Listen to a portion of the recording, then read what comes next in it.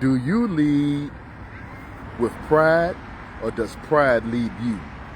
What's up, family? What's going on? It's 6:30 Thursday. Time to get a little shot of what's happening with you. Hope you're doing good, having a good week so far. Yeah, so I'm hanging out a little bit. So if you see something in the background or hear something in the background, we're gonna blame it on the airplanes. So yeah, so I'm hanging out by the airport. Um, I love watching airplanes anyway. So, but just want to come on here, make it do what it do, and do what we do every Thursday. So hopefully you can hear me loud and clear. But let me go ahead and bring my better half on here with me. Deb, you ready? Let's do this. Let's do this. Let's do this. Let's bring her on here, add her in here, so we can go ahead and get started with this. There it is. Hey, babe. Hey, Can you hear me? yes. Okay. All right. Mama Jane, what's happening? Hope you're doing well. Yeah. So we're going to go ahead and get started. I'm excited. Well, y'all know that happens every Thursday. I'm always excited every Thursday at 6:30. So, hey, ain't nothing changed. I'm still excited. So we're going to get into chapter 41 here in a few, the second half of chapter 41, because y'all know we talked about it on last week. But as we always do, let's go ahead and get started. Babe, you got anything you want to say first before we get started? No, hello, everyone. Okay. All right. All right. So let's do this. Y'all ready? Let's go on the count of three. One, two, three. One, two, three. One more time. One, two, three. All right. All right. There we go. There we go. So, yeah, it's a beautiful day out here. So, hopefully you're having a great day. But we're going to get into the second half of chapter 41 of Genesis. And now last week we talked about Joseph and how, Pharaoh had a dream, had a couple dreams, and it really disturbed him. And he just really was trying to find out what these dreams were about. And so then the cupbearer finally fessed up something that him and Joseph had agreed on that he was going to do a long time ago, but he forgot all about Joseph. And so a couple years later, it finally came to his remembrance to talk about Joseph. And why? Because what Joseph did for him and the baker about interpreting dreams. And so with Pharaoh having his dream and needing interpretation, the cupbearer reminded Pharaoh or let Pharaoh know about Joseph and the gift that he had. And so they call Joseph, they get Joseph, and Joseph go clean himself up, get ready to go talk to Pharaoh. And here we are. Second half of chapter 41. Now Joseph is now talking to Pharaoh. He's in front of Pharaoh. And Pharaoh lets him know, hey, I had these couple dreams and I was told that you can give some interpretation on these dreams. And Joseph let him know first off the bat, hey, look, I don't do the interpretation of dreams. That's God. God just uses me to do that. Okay, and so that's what's going to happen. Uh, you know, God is going to give the interpretation, not Joseph. Okay, so he lets him know that, and so then he goes on to tell him about these dreams, and so and because it was also, Pharaoh was pretty upset about, he done told the mediums, he done told the fortune tellers, he done told those people that looking at the crystal ball and all of that, and they couldn't tell him what the deal was, and so Joseph could do that because of him being led by God, and God using him in that way. And so he goes on to tell him the dream. And if you remember what we talked about, and I actually read it as well, but the dream was where he had these fat, nice, juicy cows, and then he had seven of them. Then there was seven really bad looking cows, and those cows just looked all jacked up. And the cows ate the good cows, but you could not tell that the bad cows had eaten the good cows because they still looked bad after they had eaten the good juicy cows, right? And so same thing, there was seven stalks, okay, and seven good looking stalks, and then there was seven burnt, really bad looking stalks that was no good. Those bad stalks ate the good stalks, and but the bad stalks still looked bad after they ate them. So it was like He just needed an interpretation of that. So Joseph told him, hey, look, both of those dreams are pretty much the same. And what that simply means is that first of all, you're going to have 7 years of abundance. Okay, 7 years of abundance is going to happen. Everything is going to be good, living good off in the neighborhood.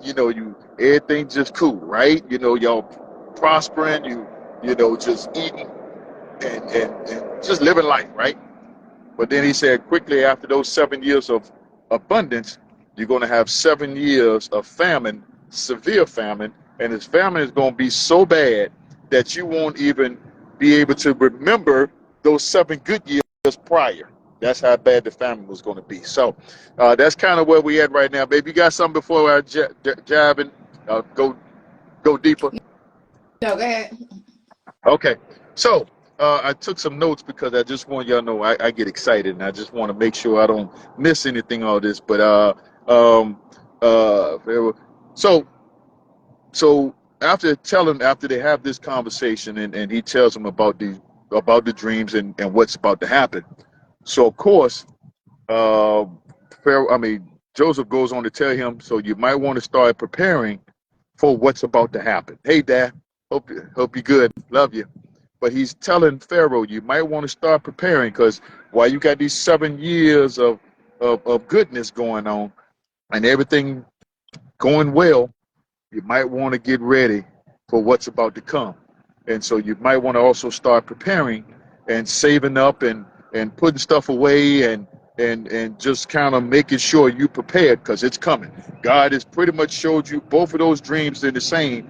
Although both dreams was a little different in what he used, they were pretty much the same. And he was telling them, you want to get ready because it's coming. God is showing you this through the dreams to let you know it's coming. So get prepared.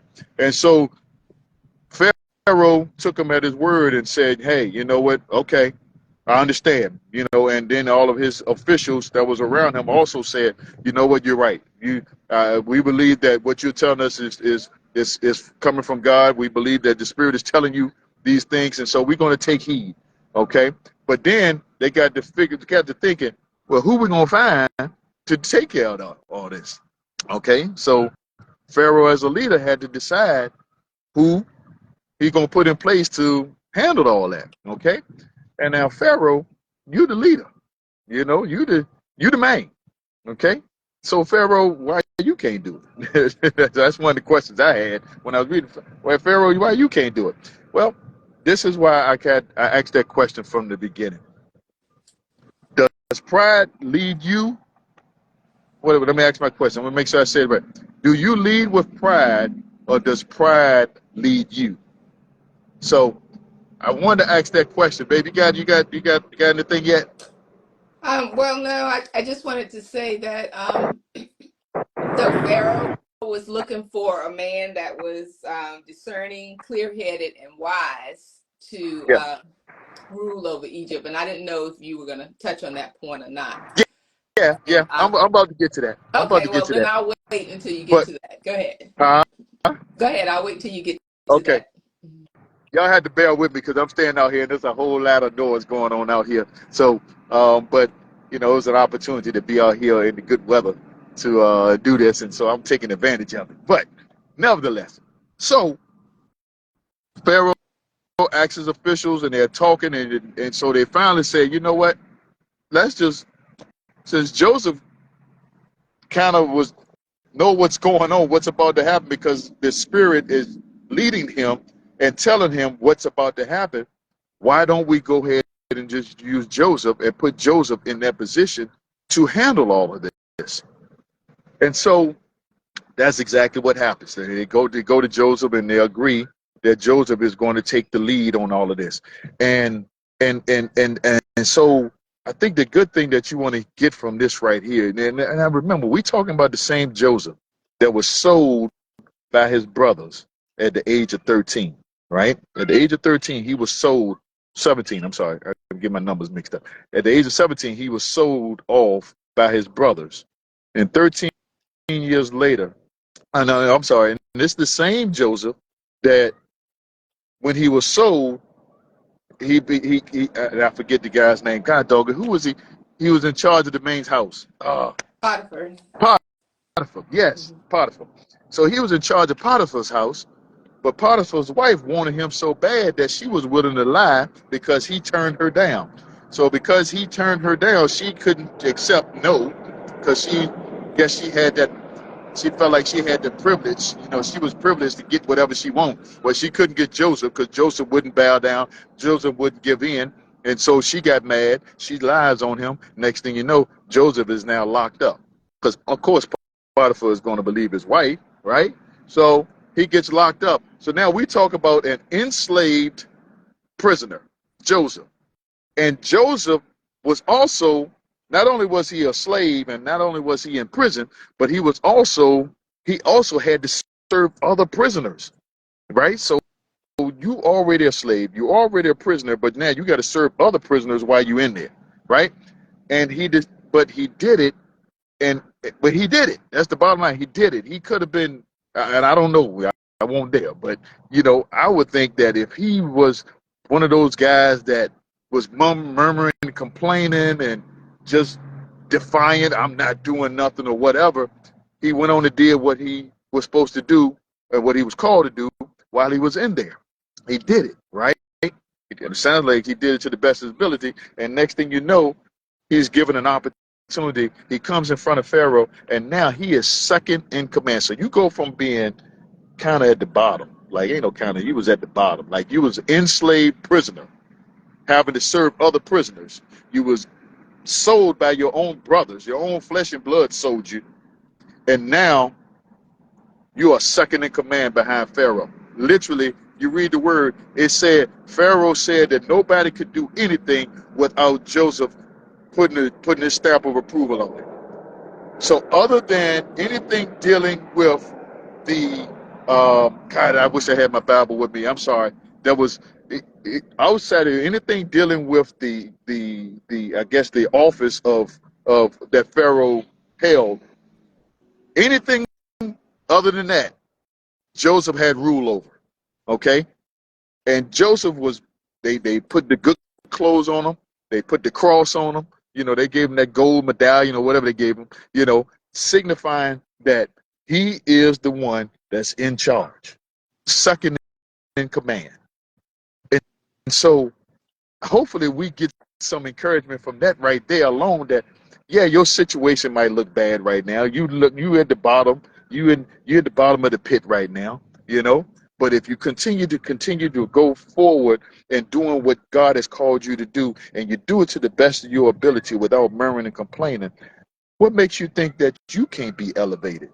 What makes you think your situation won't change simply by you doing what you're supposed to be doing, even though it don't feel good, you don't understand why you where you at, you was wrongly done, people talked about you, they lied on you, they did all kinds of stuff to take you out, but they couldn't take you out. And because of your surroundings are so uncomfortable and you just don't understand why you're in the situation, why you don't think God can't change that around? Because he know where you're at. And sometimes he has to put you in those places to get you ready for where he's taking you. Sometimes you have to be in a spot where you have no choice but to focus on what he has you getting, what he has you being prepared for. And so with Joseph being in prison, it allowed him to really lock in and probably, read and study and just think about life and think about, you know, opportunities, think about whatever that God was placing on him. But in the whole time, I believe he was there getting ready for this moment right here, where now he is now second in command after being, a lot of folk will look at as being, low class. I mean, like poor, like you at the bottom. Babe, you got anything? Um, well, one of the scriptures that I like is James 4:8, and it says, "Draw near to God, and He will draw near to you." Uh-huh. So I believe, that's what Joseph did. He took that time Yeah. to, get even closer to God, especially when Right. he was in prison. Yeah. He Yep. took that time. And as Yep. a result of Yep. spending that time with God and when you spend time with God and in his presence, you eventually become like God. Yeah. You know, God creates you in his image. Yes. And, you know, the only way that you can become that way is to be in tune with God's presence, the word, etc. And so I just believe that, you know, while he was in prison, he had time to spend, you know, more time with God. Yeah. And as a result of that, when he came before Pharaoh, you know, he still had that divine presence on him. There you go. You Yep. know, he Yep. still Yep. had that. Yep. And when Pharaoh was looking for someone to rule Egypt, he Yep. looked at Joseph and saw that divine presence on Yeah. him. He saw his ability to have discernment, because when you spend Yes. time with God, God will give you discernment. You Yeah. know, you know, he'll tell you to prepare for the famine that's coming That's about. By the way, right. we all That's need to right. prepare right now. Yeah. go and start preparing. But Yeah. he'll tell you to prepare for the Yeah. famine. Yep. You know, he'll give you a level head. You Hmm. know, he'll give you wisdom. Yep. I know some of you may have friends that are your friends because, you know, you have a group of friends, but you know who your level-headed, wise friend is, Yeah. you Yep. know, Yep. that you can always go to, and you know you're going to get, you know, a good True. answer. You You know gonna that get they through. got your back. You know that they're going to be a great Yeah. leader. Yeah. Yeah, so, you know, I feel that that's the case in this situation with Joseph. That's it. Yeah. You know, and one thing I want to add, and I want to make sure I don't miss this, because I asked the question at the very beginning about, do you lead with pride or does pride lead you? And I asked that question because I was serious. I was thinking about Pharaoh in this situation, because Pharaoh was the king. Pharaoh was the man in charge. He was the shot caller, right? He was the one that was sitting on the throne, right? He was the man. But pride could have got in the way and said, you know what? I don't like what you said. Or he could have took his pride and said, well, you know what? I hear what you're saying. Let me handle my business. Let me do what I need to do. But he realized, hey, you know what? I hear what you're saying, and I really don't have all the answers in the plan, but I recognize, this is what you talk about, discernment. He recognized that the spirit that was on the inside of Joseph that allowed him to give him the interpretation of the dream. But he is the way that he spoke to, I believe, the way that he spoke to Pharaoh made Pharaoh realize, you know what? I believe I have exactly who I need in front of me to make sure that all of us are going to be taken care of. All of us are going to be prepared for what's to come. So he could have used his pride, allowed his pride to get in the way and block all of that. And we'll learn more about what happened with this famine and everything. But when the famine came, they were prepared, and people from all around came, but they were prepared to be able to take care of the folks simply because Pharaoh heeded the warning, and instead of his pride getting in the way and blocking things from happening, he allowed his he led with pride and said, okay, hey, Joseph, can you handle this for us? Can you do what God is telling you? Can you prepare us for what God has shown you through my dreams of what's about to happen? And so I believe that's another thing right there. So talking to you leaders, so I'm pretty much talking to everybody that's listening to this, because you're a leader in some way, shape, or form, is that we got to make sure that we're not that we're not allowing our pride to lead us. Okay? You're supposed to have some pride, but your pride should lead you to do what's best for you and the people that you're leading. More so the people that you're leading first. Okay? That's part of being a leader. Yeah. You're a servant leader. You got Yeah. to look out for the people. So come on, babe. I'm sorry. One of the good things that I heard our pastor say last week in her sermon on Sunday, she said, you know, as long as we are a member of our church, Uh-huh. New Deliverance, none of us are going to starve. We're all going to, you know, we're all going to pull together and make sure everybody has something to eat, you know. Yeah. And so, you know, that's a sign of a good leader Yeah. looking out for everybody. And, That's you right. know, That's right. yeah. So as a leader, you can't be self-serving all the time. I'm sorry. I mean, I know sometimes as a servant, as a leader, there are some certain benefits that just come with the position. Get it? Okay. There are certain things, stuff and things that you get, certain rights or certain blessings that come with being a leader in a leadership position. But also, to whom much is given, much is required. Don't forget that. Okay. So you want to be in that position, be careful what you ask for, because I'm gonna tell you, it's not always what it's cracked up to be. Okay. But if you are called to be that leader and you're allowing God to lead you and not your pride, it's going to be a whole lot better, a lot easier. Not saying it's going to be easy, but it's going to be easier. And on top of that, you are now being the lead servant, so you're making sure that the people are going to be okay.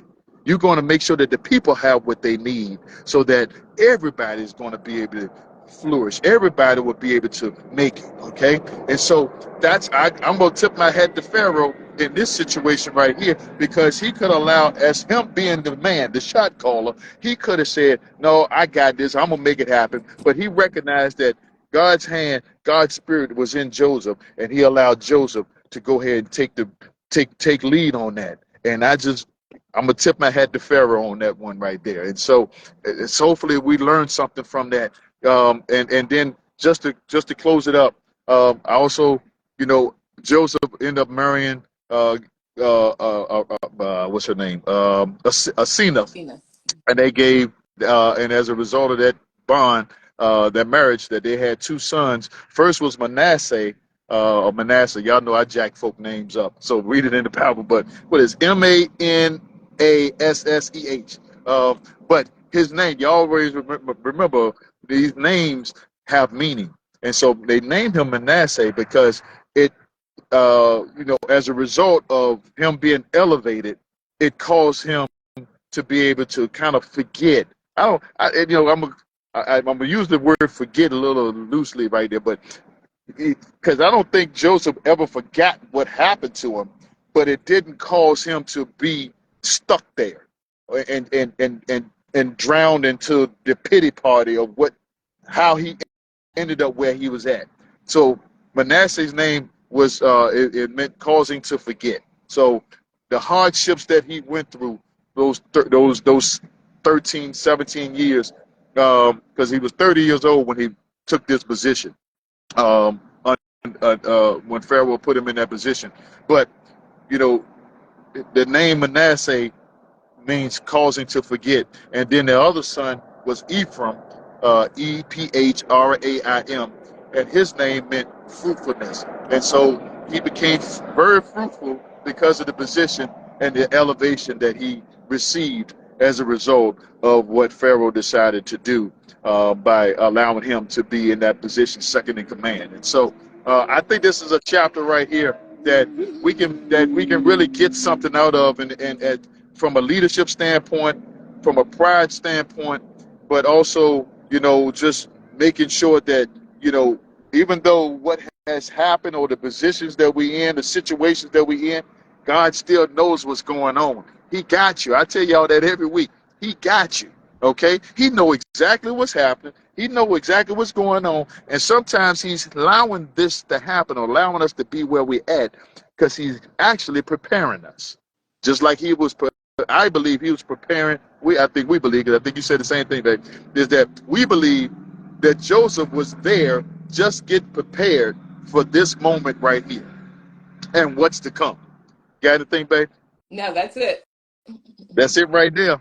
Okay. All right. So, yeah, now I get excited about this. I get excited about Thursdays. I love it. I love it. But all right. I'm gonna go ahead and shut it down. But I can talk about this some more. But I don't want to bore your patience. So, but I just love this, and hopefully you got something out of this. Man, I'm just excited. I get excited about Thursday at 6:30. Man, this is good stuff. So, all right, we done, babe. You got anything you show? I'm sure. All right, all right. So we're gonna shut it down, and we're gonna see you next week, next Thursday, 6:30 p.m. And what you supposed to do? What you supposed to do? Pray, plan, prepare, proceed, make it do what it do. Hot dog, and she finally got it. Yeah. Oh, maybe it's because she saw the shirt. That's what it was. No, 5 years later. It took me 5 years, but I'm good. 5 years later, you finally. All right, family. We love you. Thank you for tuning in. Thank you for hanging with us. Prayerfully, you receive something good out of this. But we love you. We thank you. And if it's His will, we're going to do this again next week at 6:30. Love you. We're going to see you next week. Bye-bye.